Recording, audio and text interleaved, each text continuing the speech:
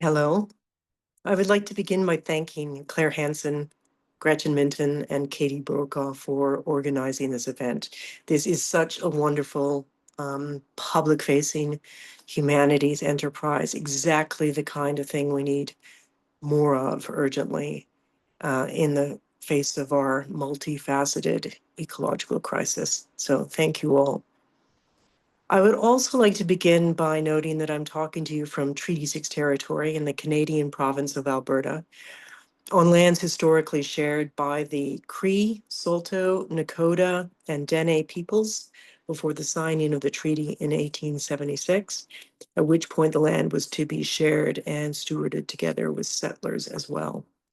North of us is territory governed in theory by Treaty 8, signed in 1899 with similar objectives. On Treaty 8 land, however, is one of the world's largest and most destructive industrial sites, the Alberta tar sands, which has been responsible for the poisoning of the Athabasca watershed and the indigenous people that live there, and which continues to drive destruction of the biosphere at large, and will continue to do so for the foreseeable future, as it is the position of the current government that the last barrel of oil on the planet is coming out of Alberta. I mention these things because, as Broniel Latour urged in Down to Earth, those concerned with the fate of life on the planet should orient themselves to the particular place they inhabit, as the work of environmental justice begins in orientation to local problems. From my place here, I have a front row seat to how the petrostate Alberta government continues to deny anthropogenic climate change as it participates in what Genevieve Gunter has called the depraved indifference of fossil energy interests to the destruction of the only world known to support life. The challenge before humanity is how to make it impossible for any entity, whether government or a private actor, to act in ways harmful to others with such disregard. To borrow a phrase from Jairus Victor Grove in his book, Savage Ecology, War, and Geopolitics at the End of the World, we must find ways to constrain the vicious, or those too willing to sacrifice the dignity, well-being, and even the lives of others to the continuance of ways of being fundamentally destructive to life on Earth, with the continuance of the fossil fuels industry just one of these. In this respect, I am a fan of attribution studies, which seek to find ways to measure the harms done by one or another form of environmental destruction. In late August, it was announced that one such study finds that 500,000 deaths over the last 20 years can be attributed to heat rise in Southeast Asia, tropical Africa, and Central and South America caused by the felling of trees in the Amazon. Such studies give us one way of thinking about the issue of culpability. This particular study may help with the complaint that was lodged in 2021 with the International Criminal Court by the South African activist group All Rise. That complaint, which would have the ICC indict the former president of Brazil, Jair Bolsonaro, for crimes against humanity, would, if successful, reshape the international legal landscape in relation to the prosecution of ecocide. The question for us as part of this wonderful event is what Shakespeare can help bring to what one activist recently called the most important court, the court of public opinion, so that the views that prevail there can have impacts in formal courts as we attempt to constrain the vicious as part of the larger project of preserving a habitable planet. One of the most obvious ways to do that is to highlight how Shakespeare's plays present those tragic protagonists who act destructively and kill as ecological tyrants, whose crimes are to be understood as crimes not just against particular persons, Macbeth's killing of Duncan, for example, but as crimes against nature in general. In Shakespeare, though, we also find more subtle indictments, and I'd like to provide a couple examples of those. Consider, for example, what Antonio, Prospero's brother and the usurper of Prospero's dukedom, says in the opening scene of The Tempest, when the boatswain asks those who are not mariners to get below deck, so that experts at sailing might focus on saving those on board from the storm they faced, manufactured, as we will later learn, by Prospero with the assistance of Ariel.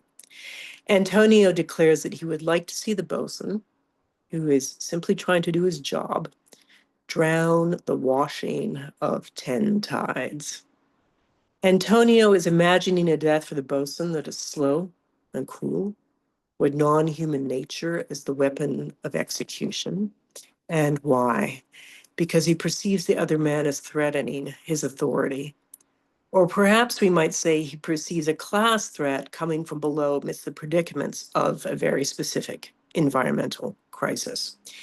In a dramatic moment such as this, Shakespeare confronts us with a murderousness that needs to be accounted for, one that we might map onto the murderousness that has attended climate activism, especially in Central and South America, where many indigenous land defenders have been killed because they have attempted to assert their authority in relation to the acts of destruction through which others seek to increase their capital and their power. We see a subtle indictment of another kind in A Midsummer's Night Dream, where Bottom appears to learn a bad lesson in fairyland when Titania instructs her fairies to engage in various acts of destruction in order to give him pleasure. Painted butterflies, for example, are to have their wings plucked from them that they may be used to fan Bottom asleep. Bottom appears to take such instructions as tutelage when he later echoes one of Titania's instructions in asking the fairies to kill him, a red-hipped humblebee on the top of a thistle, in order to bring him the honey back. We may never see ourselves as like Antonio, but we should recognize that we might all be like Bottom if we accept the idea that some wanton destruction of non-human nature may be allowed if it brings us pleasure or profit. It is precisely such a presumption that is allowed and continues to allow for the cultures of radical inequality that have produced our conditions of ecological crisis. With such details, Shakespeare's drama pursues the kind of objective that George Putnam claimed for literature in his 1587 book, The Art of English Poesy. For Putnam, poets were to be understood as the first legislators because their poesy draws people into nonviolent relation, a proposition for which he invokes the Orpheus myth for support. In that myth, Orpheus plays music on his lyre that tames creatures that would otherwise be violent. In one of Shakespeare's references, he has several to this myth. In Titus Andronicus, Marcus speaks of Orpheus as having the power with his music to make men, even if they're like the monster Cerberus, drop their knives. How do we make those who would be violent drop their knives or any other kind of weapon that they would wield against others, including massive amounts of capital? We have all kinds of legislative tools at our disposal at multiple levels of governance across jurisdictions around the globe to constrain the destructive operations of capital. The question is, how do we mobilize them? For starters, to prevent an average global temperature rise that will bring about more deaths, not just of human persons, but non-human species. And how do we mobilize them against the power of capital to defeat any such legislation?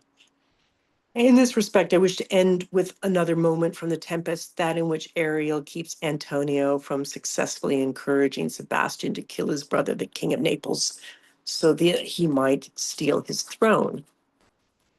When Ariel wakes the potential victims from their sleep before the violence can be enacted, Shakespeare's drama exemplifies a power that should be that of lawmaking, the power to render impotent those who would willingly do harm to others or let harm be done.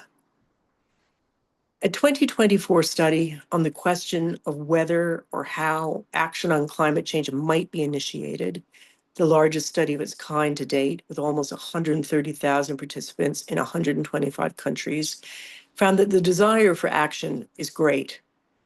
The study's authors found, however, that despite an almost universal global demand for intensified political action, there was a reluctance to act. We document, they write, a state of pluralistic ignorance wherein individuals around the globe systematically underestimate the willingness of their fellow citizens to act. The more we can use the teaching and performing of Shakespeare plays to encourage a sense of what we ought to desire of law, as well as a sense of the collective agency from which people may act at different levels of governance, to create the kind of regulatory mechanisms that constrain the vicious, the greater the chance that Shakespeare's drama can continue to help us shape a future in which we organize our relations to non-human nature and to one another in ways that support the equitable flourishing of life on Earth. Thank you. I look forward to this panel's conversation.